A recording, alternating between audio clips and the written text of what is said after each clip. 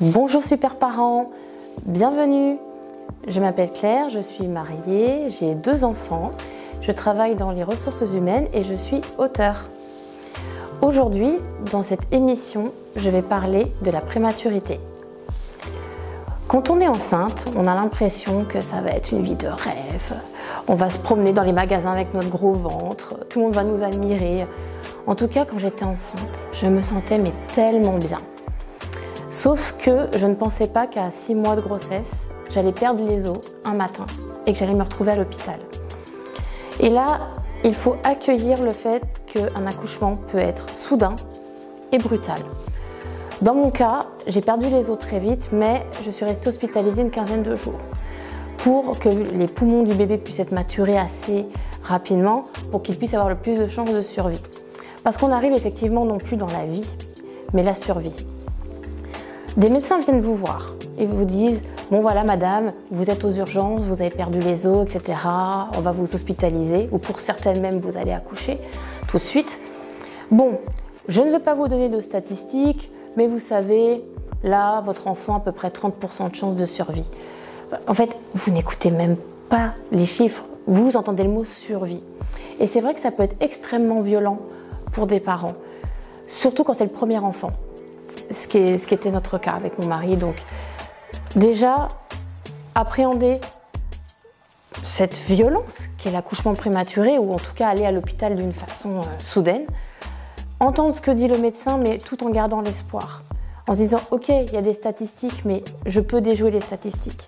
Toujours rester positif, parce qu'il faut bien penser à l'enfant qui est à l'intérieur de vous. Il ressent tout.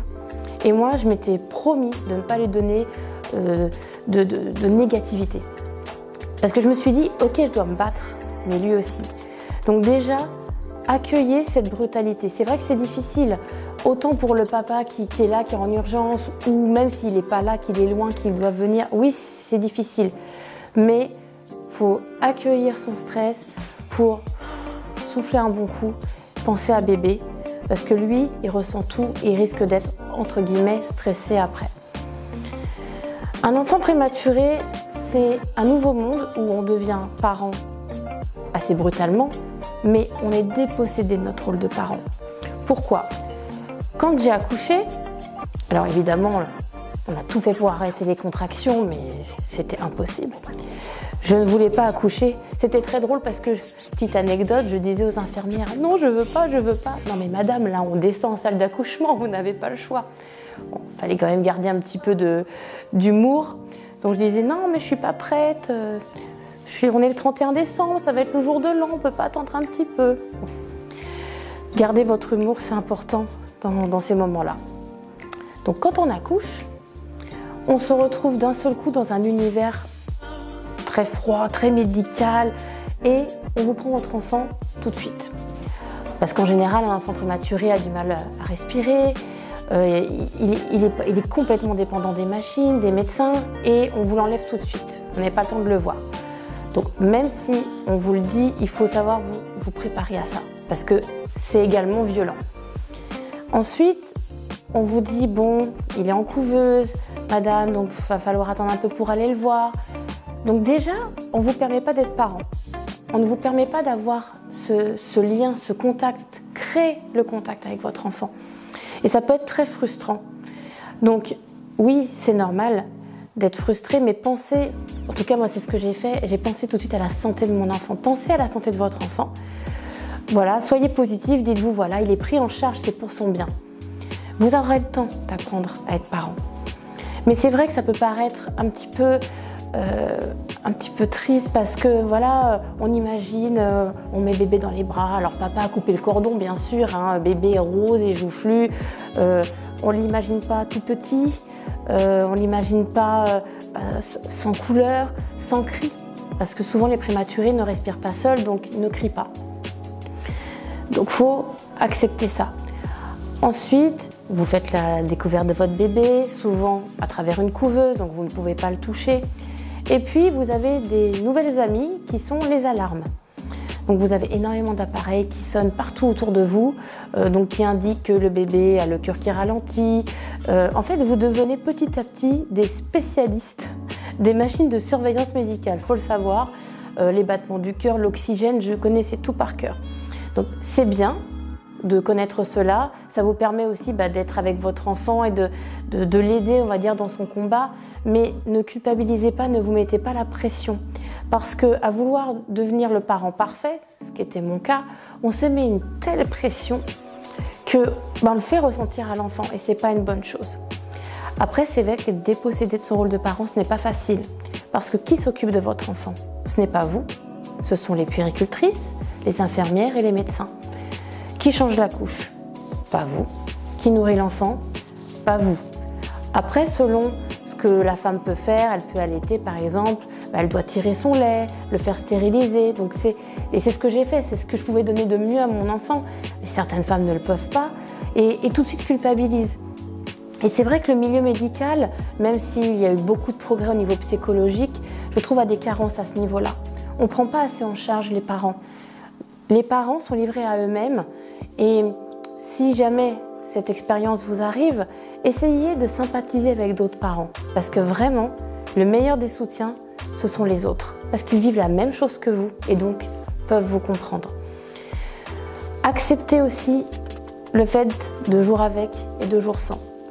La vie d'un prématuré est sur un fil, c'est-à-dire qu'un jour, il va prendre du poids, il va essayer de respirer tout seul et puis le lendemain, vous allez arriver dans sa chambre et puis il y a des infirmières partout.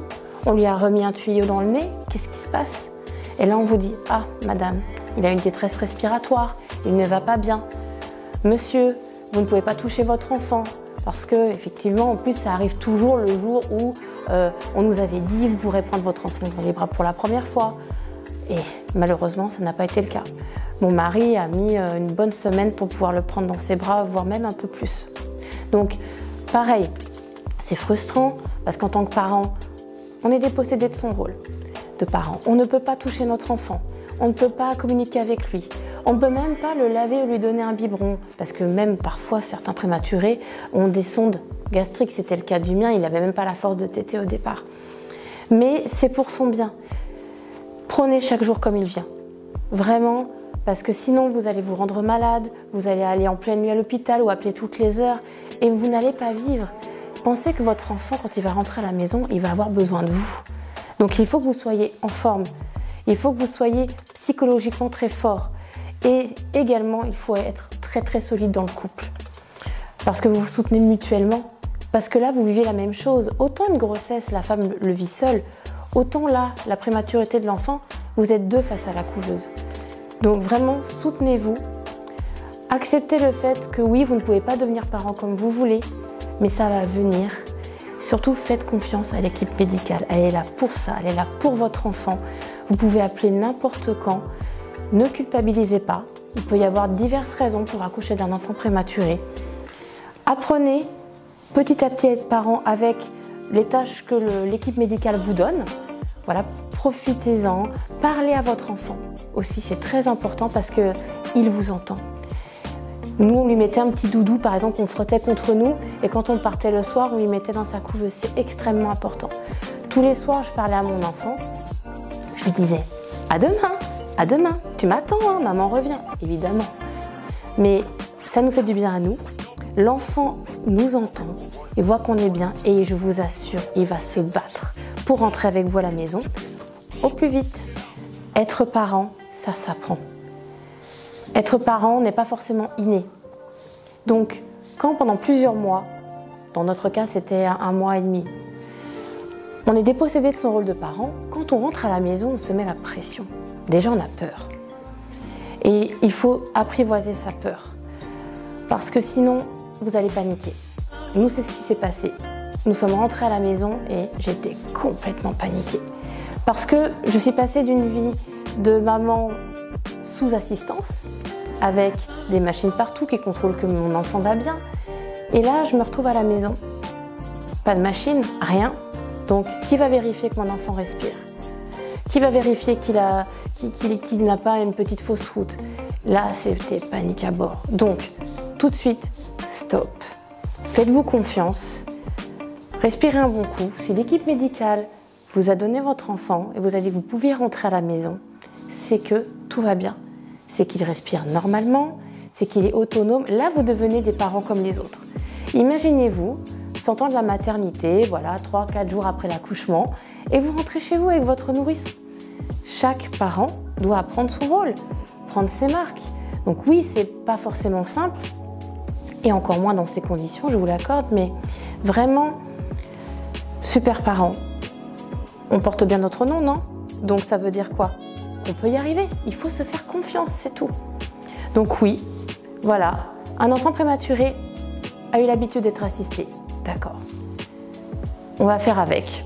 Alors c'est vrai que de temps en temps, mais même les parents d'enfants nés à terme le font, hein. On met une petite oreille, un petit doigt sous le nez pour voir s'il respire bien. Bon, on fait attention aux fausses routes. On regarde de loin s'il respire bien. En même temps, un parent qui s'inquiète, c'est un pléonasme, c'est normal finalement. Ensuite, un enfant prématuré, il faut savoir qu'il a vécu seul. Alors entouré de machines, avec du personnel médical, mais complètement seul. Souvent quand des parents rentrent à la maison, ils veulent dormir avec leur enfant. Alors soit en système de cododo, soit le berceau juste à côté du lit conjugal, mais par peur. Mais finalement, c'est plus le parent qui a peur, parce que l'enfant s'adapte assez vite. Après, il y a des cas particuliers, évidemment. Mais c'est vraiment ce qui moi, m'avait frappé, c'est que mon fils, je pouvais le mettre n'importe où. C'est moi qui étais inquiète. C'est moi qui voulais l'avoir à côté de moi tout le temps. Donc, attention, il faut vraiment veiller à ne pas trop changer les habitudes de l'enfant prématuré. Justement, parce que si vous commencez à le prendre avec vous, ça va être compliqué. Et c'est ce que j'ai voulu faire. Ça a duré une nuit.